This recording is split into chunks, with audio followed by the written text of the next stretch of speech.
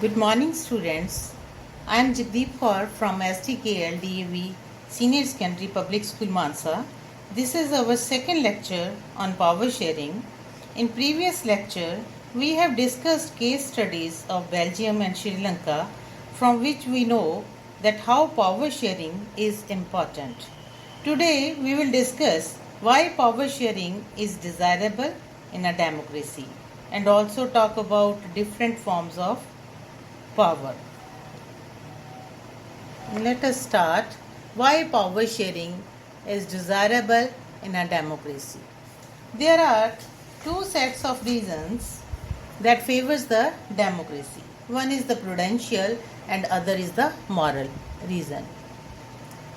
Now the question is that what is the difference between the prudential and the moral reason? Prudential focuses on better outcomes, as we know that it helps to reduce the conflicts between the different social groups, and it also helps in bringing stability of political order. On the other hand, moral reason emphasizes that power sharing is valuable, and power sharing is the very spirit of the democracy. As we know that in a democracy, people are the source of all power. People rule themselves through institutions of self-governance. Due respect is given to diverse groups and views. All have a voice in shaping public opinion. That's why power must be shared in the democracy. Now let us talk about the different forms of power sharing.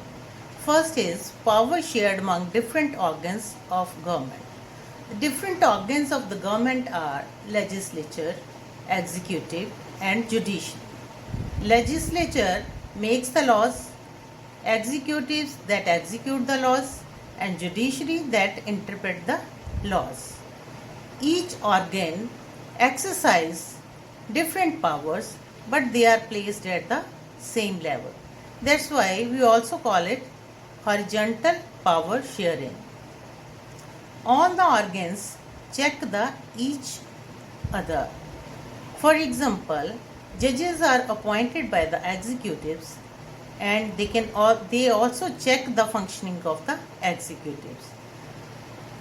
Because the organs checks each other and results in the balance of power, that's why we also call it the system of checks and balances. The second is power shared among different levels of government. When there is a division of power between the center and its constituent units like state and local government, that system is known as the federal system. Central government that works for the whole country and state government for the provincial level and the regional level. Because this type of power sharing involves higher and lower levels of government, that's why we also call it vertical power sharing. The third one is the power shared among different social groups such as religious and linguistic groups, and community government of Belgium is a good example of this arrangement. In some countries, there are constitutional and legal arrangements where socially weaker sections and women are represented in legislature and administration. This type of arrangement is meant to give space in the government and administration to diverse social groups who otherwise would feel alienated from the government. The fourth is the power sharing arrangement can be seen also in the different political parties, pressure groups and the movement. In a democracy, the citizen must have freedom to choose among various contenders for power. This takes the form of competition among different parties. In the long run, power is shared among different political parties that represent different ideologies and social groups. Sometimes this kind of sharing can be direct when two or more parties form alliance to contest election.